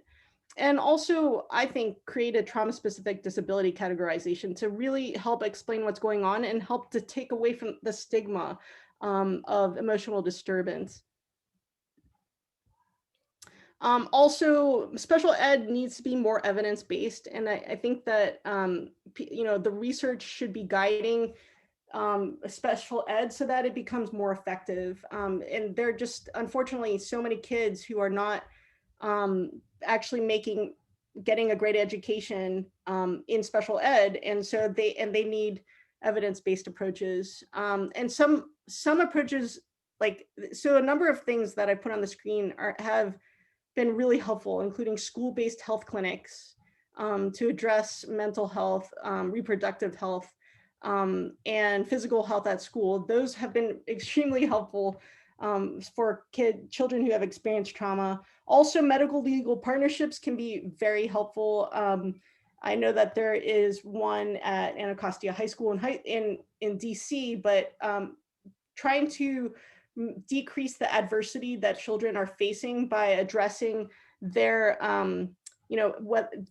their impoverishment sometimes, or their housing instability, trying to decrease the adversities in their lives can be hugely helpful in decreasing the trauma burden that they're carrying. And then ideally trying to make entire schools and communities trauma responsive is the way to go. I just wanted to highlight that, especially for the lawyers out there, that there have been recent lawsuits that have asked for comprehensive training, coaching, and consultation for all staff in trauma-informed and culturally sensitive strategies. Those were the lawsuits that I mentioned earlier on an earlier slide. They've also asked for the use of restorative practices instead of suspension and expulsion. And for those of you who don't know what those are, they involve bringing together the children who have gotten into like an altercation, a conflict at school, and having them talk about how their behaviors impacted one another, and come up with a plan to address and ameliorate the harm that they've caused one another. So that is often that can be a very, very positive relationship building and trauma sensitive approach. Also, these lawsuits have also asked for more resources, including counselors who have been trained to identify students with mental health difficulties and to treat their difficulties. So, and then also, so these lawsuits have asked for systemic change to help improve wellness and to make schools in a whole way more trauma responsive. So anyway, I guess I'm saying that the change is going to occur, whether it's through lawsuits or through informal advocacy by CASAs, and I hope that I hope that more and more people get on board to make schools and communities more trauma responsive. Why? Because it works. So studies have shown that it decreases suspensions and arrests of kids and helps them graduate and get better grades. Watch the Paper Tigers film. It's a success story that highlights this. It's beautiful. And I'm really glad that, Kamala Harris has, before she was elected, she spoke about the need for trauma responsive services and systems as a mode of, as a way to repair the harm caused by, I'm so sorry, Derek. No, please go. The harm caused by slavery. And I think that makes a ton of sense to me. So, and you might want to check this out. I don't think we have enough time necessarily. Oh, wait, actually, we might have time. Want to do it? Yeah. Okay, great. So here's what she said.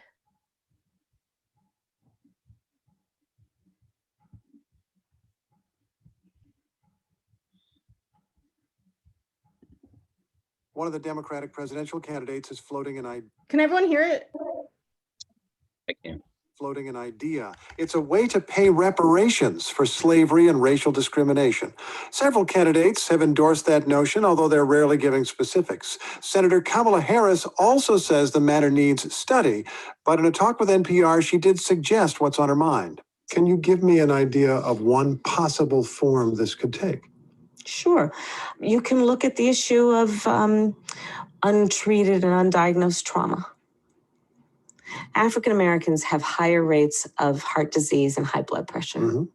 It is environmental. It is centuries of slavery, which was a form of violence where women were raped, where children were taken from their parents. Violence associated with slavery. And there was never any real intervention to break up what had been generations of people experiencing the highest forms of trauma. And trauma undiagnosed and untreated leads to physiological outcomes. We're talking about the same thing as post-traumatic stress from a war. That's sure, the kind of thing we're absolutely. But listen, unless there's intervention done, it will appear to be perhaps generational, but it's generational only because the environment has not experienced a significant enough change to reverse the symptoms. You need to put resources and direct resources, extra resources, into those communities that have experienced that trauma. So that's an example. Reparations in my could be mind, mental health treatment for I think African Americans. I think that the term reparations, it means different things to different people. Mm-hmm. But what I mean by it is that we need to study the effects of generations of discrimination and institutional racism and determine what can be done in terms of intervention to correct course.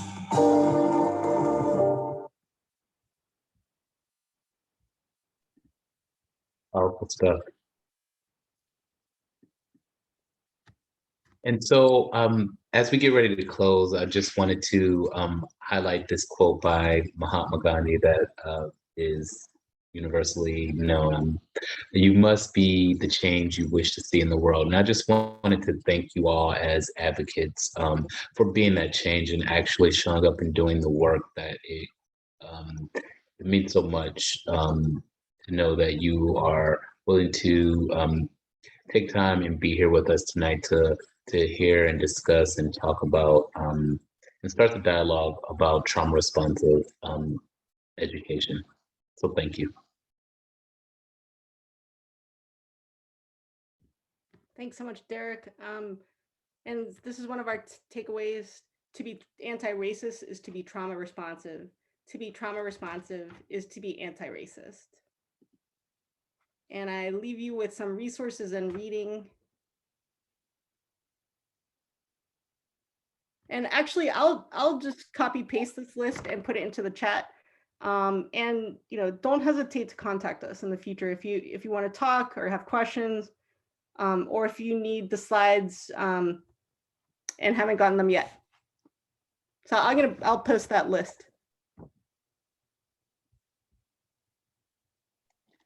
Awesome. Thank you guys so much.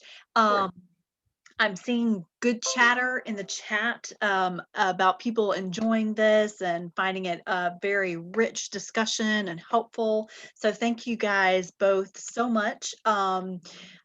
Yeah, it really is amazing how all the different corners of our work come together and intersect sort of around trauma. We know that kids that we work with as CASA are uniquely vulnerable in a multitude of ways.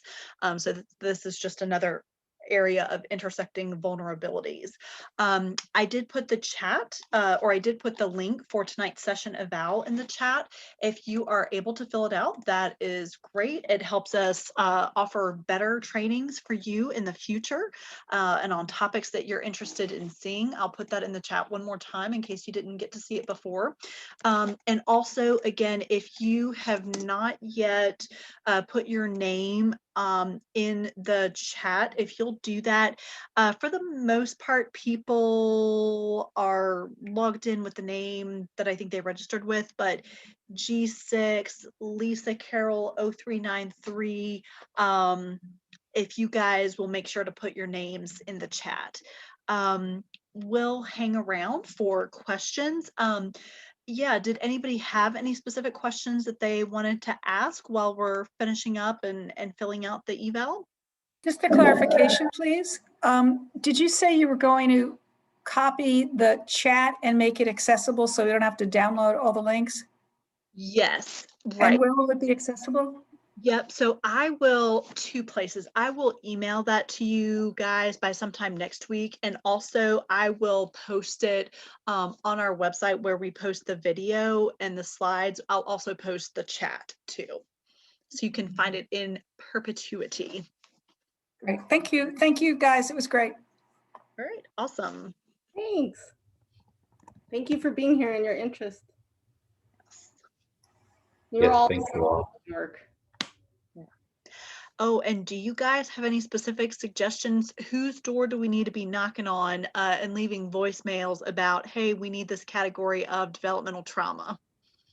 Or do you feel like, is that an idea that needs a couple more years to like in the slow cooker before we really start to go hard in legal advocacy? Or Oh my goodness, I would love it. So I don't exactly know who to knock on the door of because I've moved to another city. But I think you should push for it in, you know, with city council if you're in DC, if you're in Maryland, like maybe start local, but also you could push for it on the federal side and I'd be there with you. Like, tell me what you're doing, I'll totally be there with you. I haven't yet been able to organize around it, but I think it's a great idea to do it. And I know that there are people like some folks have contacted me in Las Vegas and said that they're trying to push it. So, you know, the more that we start asking for it, the more that, you know, yeah, I think this is the beginning of moving in that direction, but I would love to advocate with you if you want to do it. yeah. Yeah, I'd hop on that train with you. Let's figure out a way to get it done. We can, yeah. I know a lot of advocates sprinkled throughout Virginia, so maybe for it. Christy, you're so great. I'm so glad that we connected with you. I know, I'm excited too. Yes. And by the way, guys, I completely forgot to self-promote us some more. So again, for those of you who've been here for the long haul, this is session number 4. Remember, session 5 is coming up April 1st. If you want to join us, that'll be for targeting social skills and executive functioning. And the IEP will have 2 advocates with us. And it's free of charge. Please feel free to share widely, spread it, parents, school, colleagues, foster parents, anyone and everyone. But yeah, again, we'll hang back for any additional questions. Feel free to just pipe up if you have a question. But otherwise, when you fill out your eval for the night, and really, I can't force you to do the eval, so feel free to blow me off if that's what you want to do. But we'll hang around for questions. So feel free to just chime in and ask away.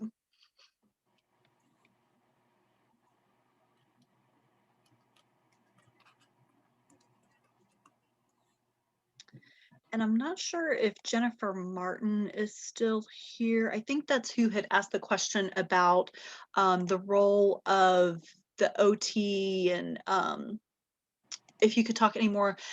Nicole, Derek, has it been y'all's experience? So I just recently got to see a really wonderful, thorough eval by an OT done on a child that does have a history of trauma, and they did a sensory evaluation. And that was the first time I'd seen that done. And that was like lights coming on and angels singing. It really did sort of put the pieces together of, you know, for this child, it looks like ADHD, the environment around is too loud. So, and the OT was able to offer great, really concrete, practical suggestions to help with that piece. But then also, again, just from her evaluation, I could kind of tell that she may be able to help with skills and suggestions around like calming strategies for the body and helping the child understand like, oh, my body is cueing me that I'm upset or in an escalated state. Yeah, Yes, you're like articulating everything. Like that's exactly right. I think that sensory processing is the occupational therapists are the one who can really help with that. And then also helping the body to calm down and co-regulate. Like I think they've got skills in helping children to regulate their emotions and become more in touch with their bodies. And yeah, like the sad thing is I don't know a ton about it, but I know that like I actually had an occupational therapist basically say the same thing. They're like, "Oh, I'm so glad you're asking me how I can help this child to feel more calm in their body." And I think they have skills in it. So they and helping children be more mindful and self-regulate. I wish I had more expertise on it, but I just know enough that they're ones, they have solutions. So Yeah. Yeah, and I think at least I feel like what I've seen so many times we just think of OT as like, oh, the kid has struggles with fine motor skills, they can't write, and well, they don't need a pencil grip, so we don't need to check that box when we're doing the assessments. So a lot of times we really blow past the opportunity Yes. to even get input from OT. Exactly. But again, it's just so great to have that in mind now that like if our kid has a history of trauma and or seems to be symptomatic for ADHD, then yeah, let's loop in that OT. And a lot of times even again, they may just have great concrete suggestions that we can implement, but also it may be great to add them on as like a consultative service that maybe they want to pop in once a month and see the child in their environment and give suggestions to the teacher, things like that. Absolutely. Ooh, So true. I like that. They create a sensory diet for the students. Tell us more about that. How have you seen that? It sounds like some of your kiddos have a great OT helping them along.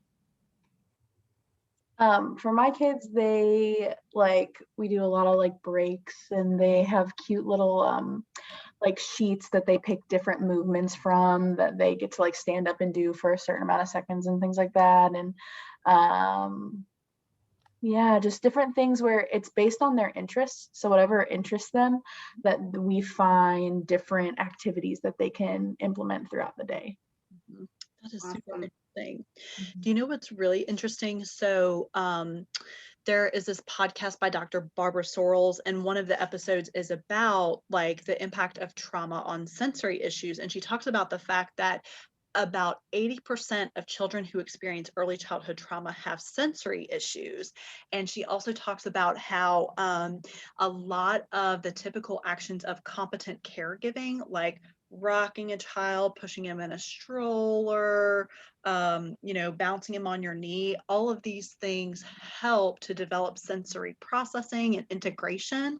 And so again, it just it's all fascinating how it pieces together. But anyway, yeah. That's so cool, Christy. It sounds like you know a lot about it. That's great.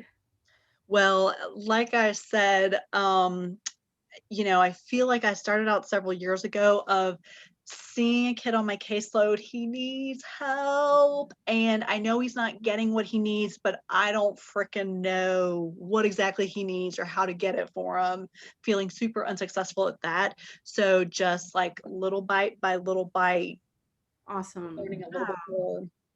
And really, I feel like, has it been you guys' experience too that really the magical thing is when you see a really beautiful example of, yeah, like an OT eval done right, or oh my goodness, this is a beautiful behavioral goal and this kid made progress. Definitely. Yeah, like I've seen what I think are trauma informed IEPs where the person who wrote it says this person struggles with anxiety and a sense of shame as a result of trauma, and here's how we need to help this person, and then have annual goals that actually are about how to help that person feel more included, and how it basically, the IEP explains like her behaviors. And a lot of the times IEPs are they're not actually that insightful or like illuminating for people who read it. And meanwhile, like the IEP that was written for this child it actually helped people feel compassion for the child, which was really great. Yes. Yeah. I'm wondering what are some other like standout things that you guys have seen from the like special educators in districts and schools that you've worked with where you're like, that was done really well?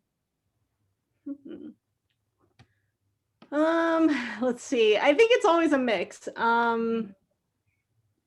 I think actually the child that I told you about, how he walks away whenever people get on his case for not bringing a pencil and paper to class. I loved that the special ed teacher said, well, now he's got an IEP, so people can't suspend him anymore. You're not allowed to do that. You have to like let him walk away. And I was like, oh, I couldn't have said it better. What else? You know what's weird? I have so many negative stories. Okay. Oh, it makes me so sad. I know. I guess, yeah, just like, oh, another awesome experience was having a social worker who knew the child because she was in a medical legal partnership with me. And so she was a social worker who worked on this medical van and knew this child for years and years. So she came to an IEP meeting and basically said, look, the child's ADHD and trauma's effects are one and the same.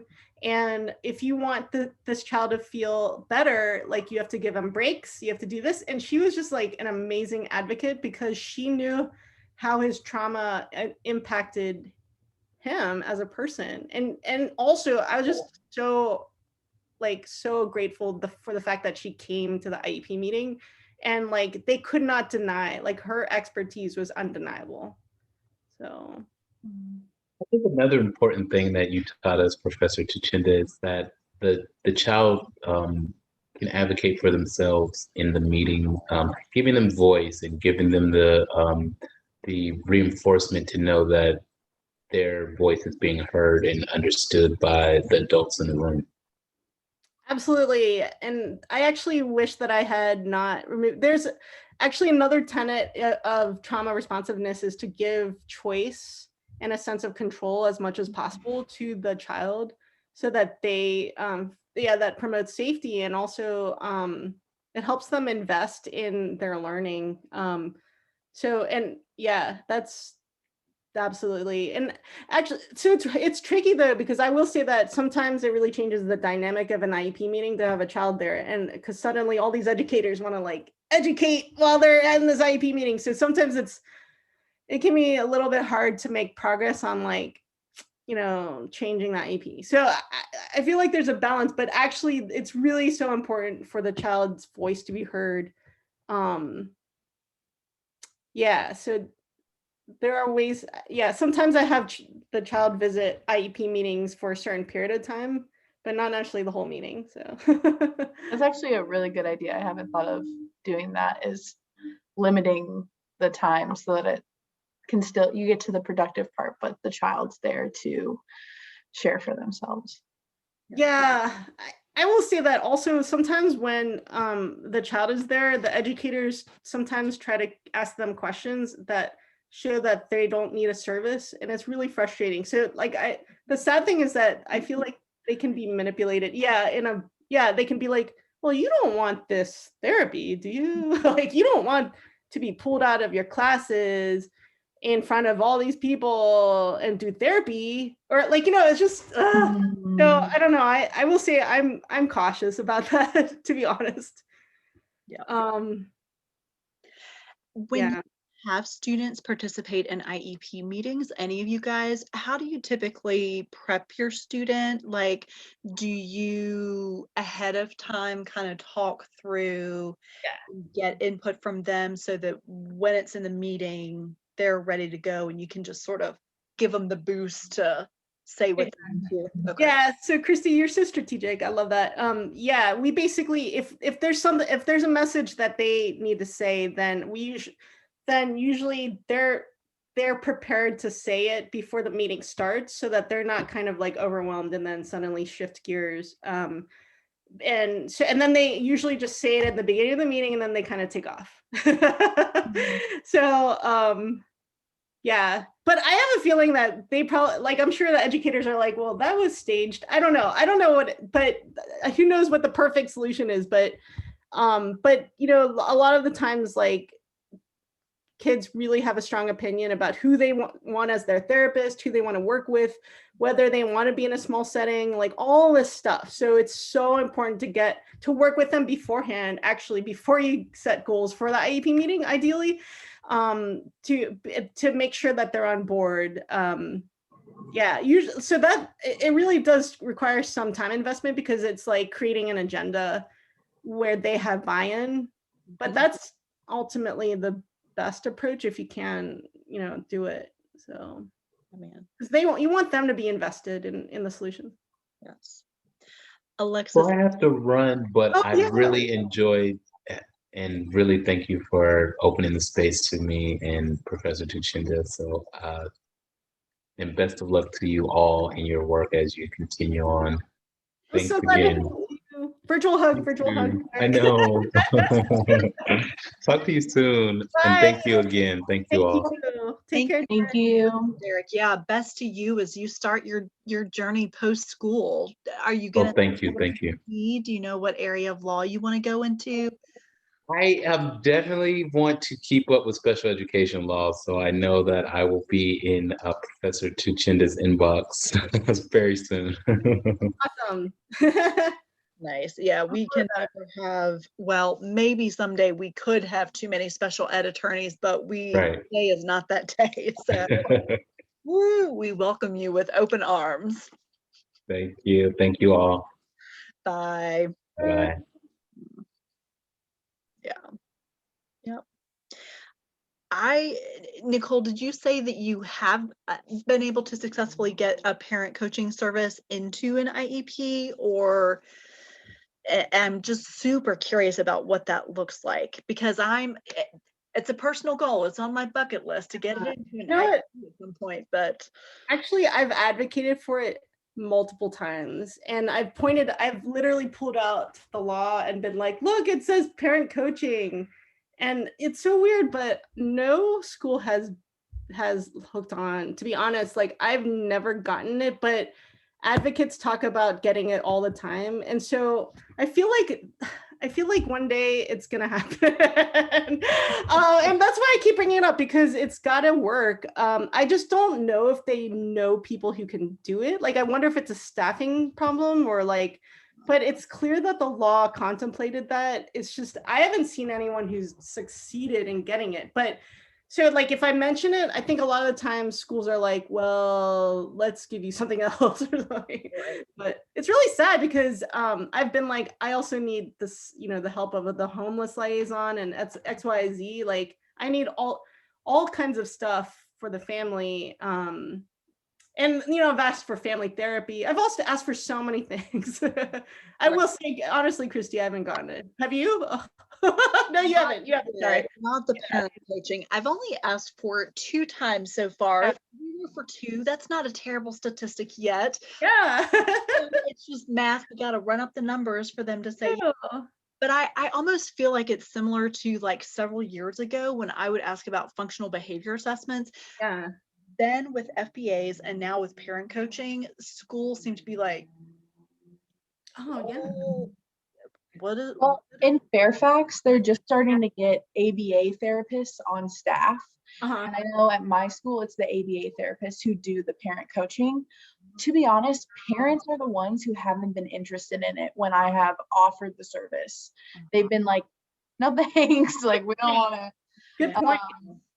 But if a school doesn't have an ABA therapist, there's no one else super qualified to do parent coaching. And Alexis, I'm curious, when parent coaching has been offered as a service, like does it occur during the school day? Does the parent come at some point after school? What's the frequency? I think that's part of it, that schools can't really envision what it's supposed to look like. And honestly, I don't know either. We have I have one very wonderful ABA therapist who she did in-home therapy for a really long time. And so she, you know, calls the parents and gives them coaching and things like that. So it's more, it's a little more informal than like in-home therapy, where that's like you're there with the kid, with a therapist, working through the behaviors as they're happening, where what we offer is a little more of like, kind of like talk therapy, of the parents talking through the behaviors with the ABA therapist. Mhm.